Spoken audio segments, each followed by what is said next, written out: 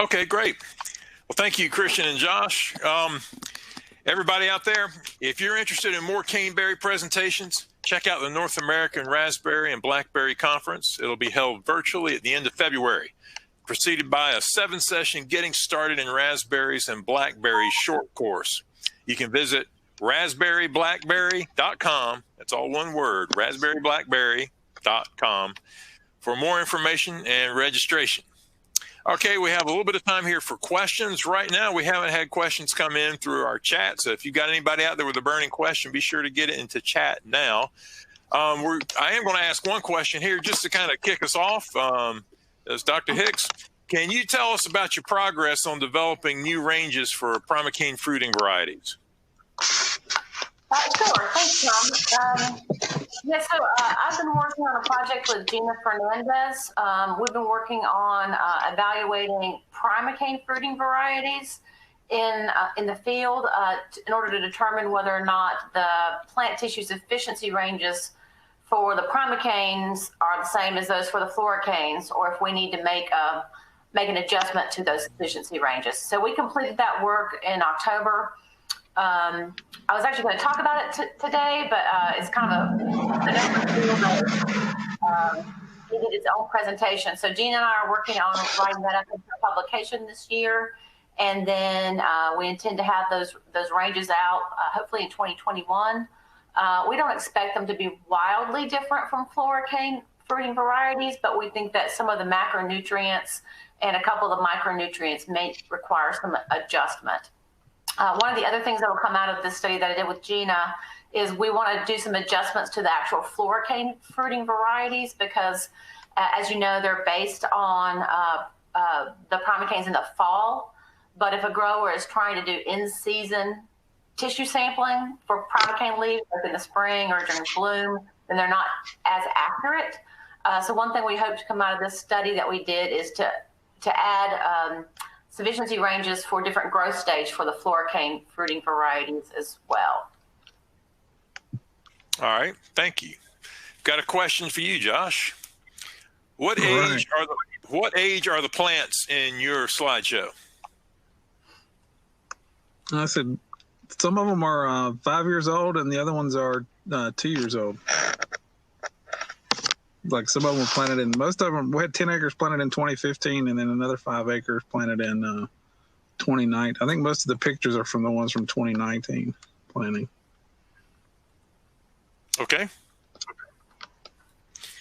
All right. The chat is open for more questions. Don't let your opportunity pass. We don't have any further right now. So let's give people a couple of minutes here. Be sure that you sign out for your credits. Don't forget that part. I see a question on here, Tom. I don't know if you can see it. It says, was boron recommended for pre-bloom and blackberry? So, I mean, it's going to vary. Yeah, I have a question from David Lillard. Was boron recommended for pre-bloom and blackberry? Those recommendations vary state by state, but the Southeast tends to be fairly consistent. As you know, the soil test does not measure boron in most states unless you specifically get a request for it. The tissue test is the best way to evaluate whether you need it or not. But typically what we do, you can put down boron in the spring, you can put it through the drip, you can do it foliar, but the key thing for the bloom is that we recommend that if you need boron, that you go ahead and get that out before bloom. And that's because boron is so critical at bloom that you want to make sure the plant has enough of it when it reaches that growth stage. Thank you. Now, it concerns me that I never did see that question. So Josh or Kristin, if either one of you sees a question, you better go ahead and take it up. All right. I never did get that one in chat. Well, I see the one for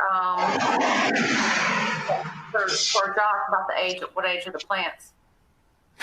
That's funny. Okay. Let's see. Oh, yeah, I see lots of questions. Josh, can you see Okay. these questions? I do not. So you're going to have to lead the questions, I guess. Okay. I don't see any. In the audience chat box down at the bottom.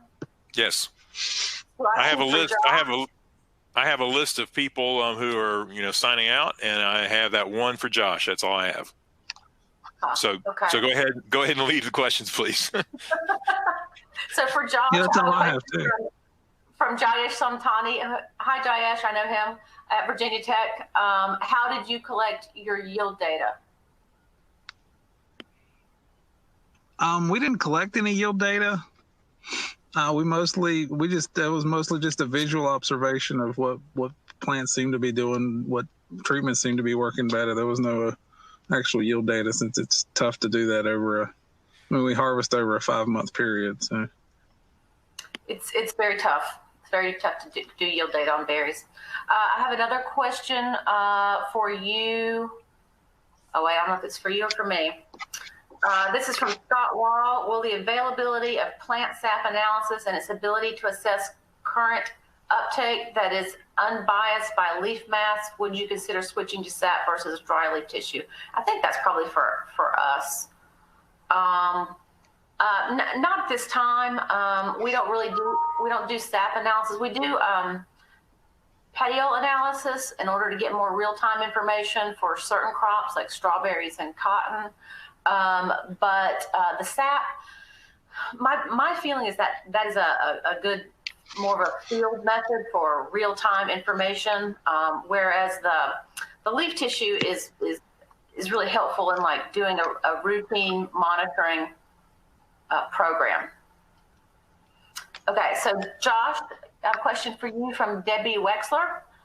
Josh, what do you plan to do in your own plantings based on this research, and what are your next steps with this? We plan to, so I said in the presentation, we plan to evaluate the Haven some more and to see, to do some more work with it, and then we'll probably utilize the F14 and some of the Stroller products as well in the future.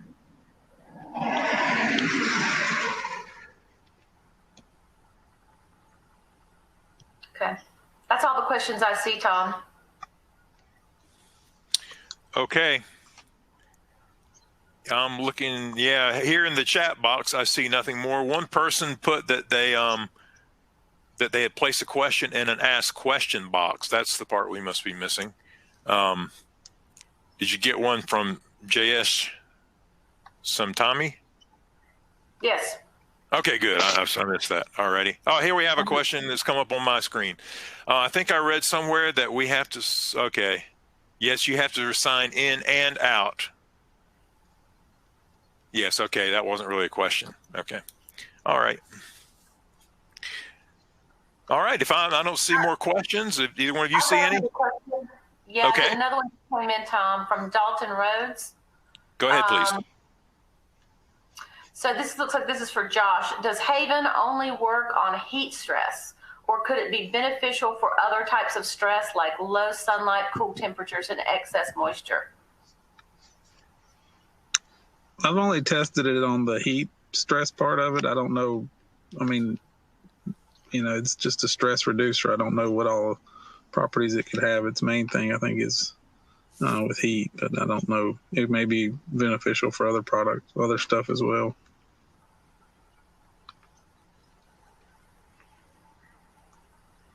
Okay. That looks like it, Tom. Okay. I'd like to ensure that we have collected the names for the sign in and the sign out. Jen Lee, are you online? Yes, sir. I'm still here. Okay. We've had some confusion here with some questions coming into the audience chat and other questions not coming to me. They're coming to someone else. I only see where people have been signing out. Do you have the sign in and sign out information you need for everybody for their credits? It will be given to one the event is ended, and we have the list of them. Okay, I couldn't quite hear because a car drove by Josh's car there, but you're saying you do have what you need. Yes, that's correct. Okay, thank you. With that, everyone, unless someone pops up with a question right now, I believe we have we have exhausted the questions that we do have. Does anybody see a question coming up? Kristin or Josh? Nope. Okay. Not here. And that web page again was raspberryblackberry.com if you're interested in more presentations. And with that, I believe we're wrapping this up. Thank you, everybody. I hope you enjoy the conference. Have a great day now.